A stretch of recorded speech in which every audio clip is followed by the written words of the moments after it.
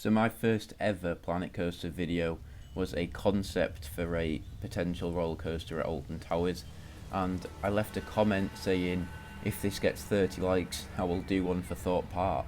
But it seemed like I was being a bit too optimistic with that target. I even liked the video myself because I was so desperate to get that video out. But in the long term I think I was destined to make one eventually. Just if you like that video 30 times with 30 different accounts, then maybe it would have happened sooner. But here we are. This is going to be the series where I build one for Thorpe Park.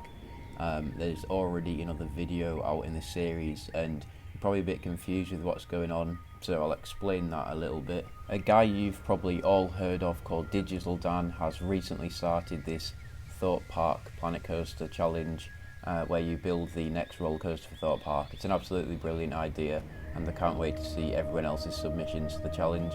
But yeah, I will be taking part in that, not on my own, and that is why there's another video out in the series.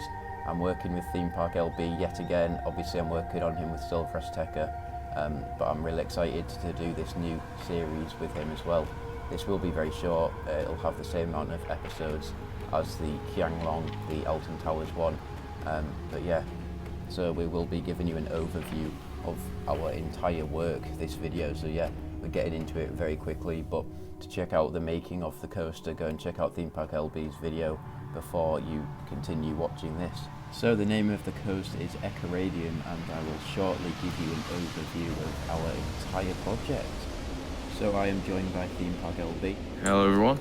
And this is the project I've been working on for the past 2 weeks with him, and we will give you an overview of what we have been doing for this DigitalDan Swarm Island challenge. So immediately ahead of you, you can see the name of the area, Neutropolis. So this is a sci-fi city with a dystopian future, and something has gone pretty wrong, and you will see that in the storyline.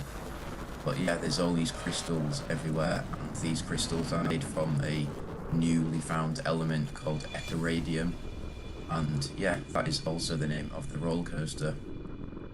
So you can see here that the swarm comes down nearby these crystals, and that is sort of significant on the fact that it turns away the swarm, because these crystals actually, they've got radioactive properties which deter the swarm.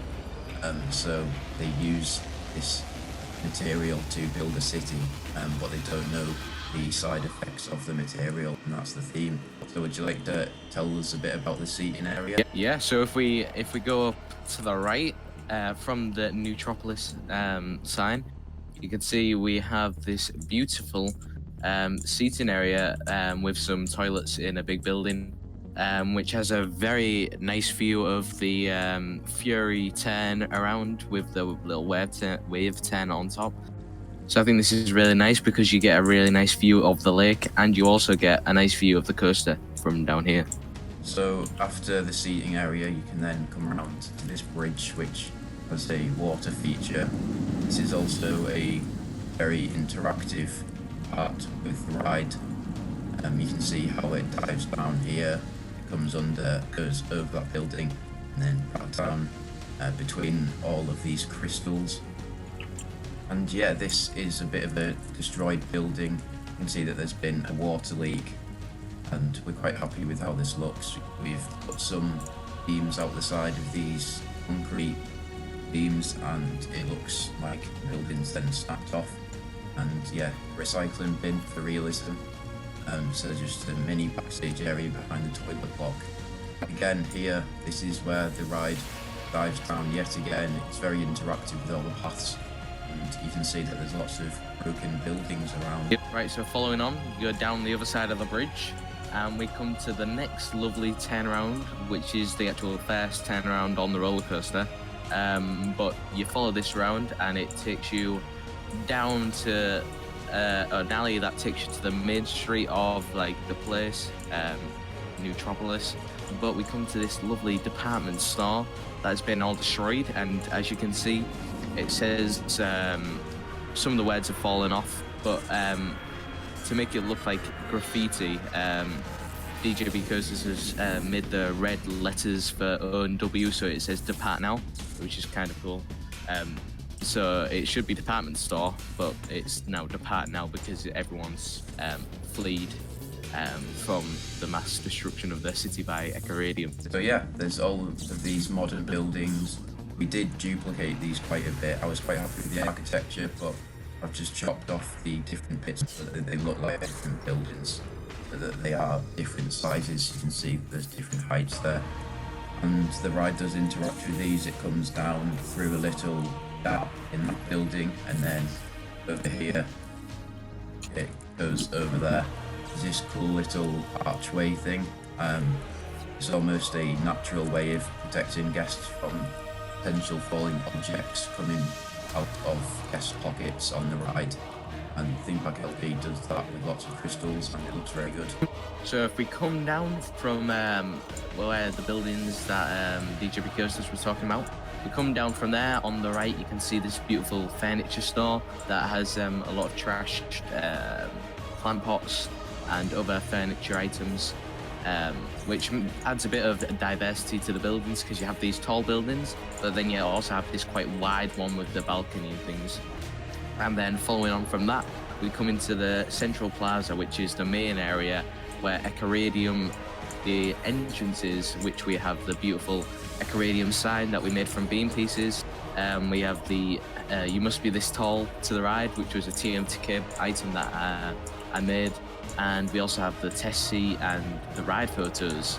And I feel like this area is probably one of the highlights of the area, because you get a really nice view of the drop, stealth, the entrance sign, you get your ride photos, you have everything that you need all around here. And with the ride photos, the actual shutters are down because in DigitalDan's competition rules, you're not actually allowed to use external photos, videos, or audio. So we've kind of covered that up because we won't have been able to make the actual ride photos. I think this entrance plaza to the ride is quite good. It's really realistic because, for example, you might be waiting for a friend outside the ride, so there's lots of area, lots of space for people to stand whilst they're waiting to enter it.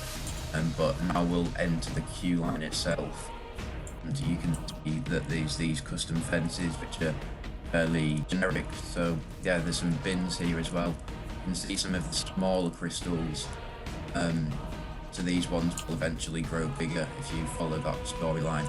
There's also a rail, a chain coming across this gap here, so obviously if it wasn't too busy, then the park would close off this whole section of the queue to allow people to get onto the ride quicker. But we will follow the whole section of the queue. So yeah, you can see that there's a mini cattle pen here, and there, so there's 3 little sections.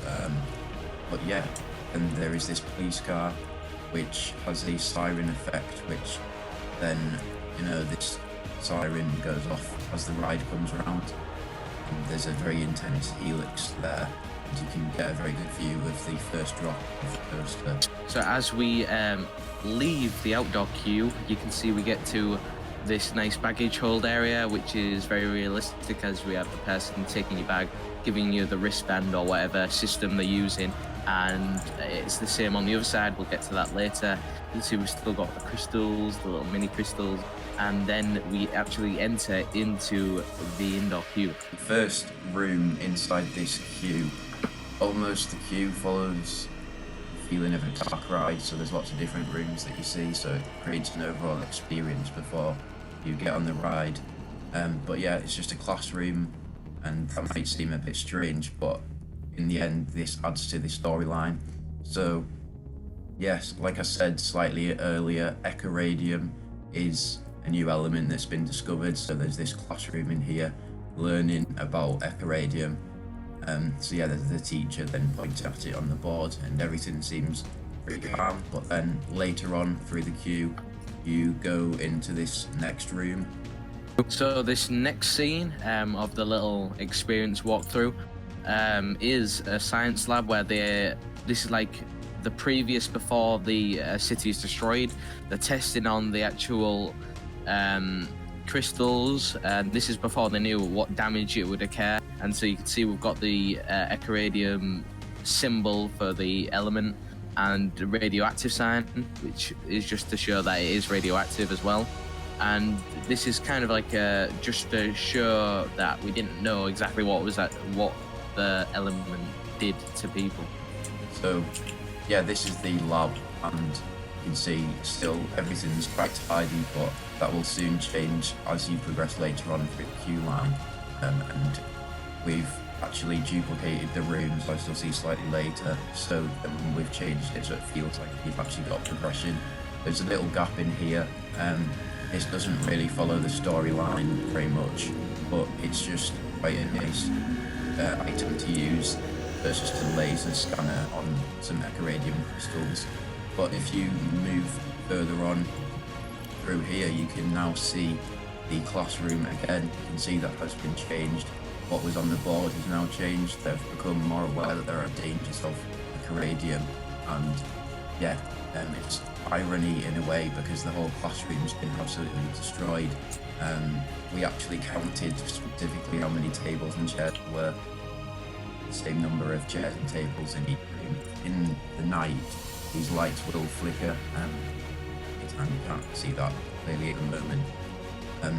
But yeah, and then come into this science lab, which is the same lab, but it has changed quite a lot. Stuff has fallen over, and the main thing is the crystal in the center of the dome has broken out, and now the dome's cracked a bit.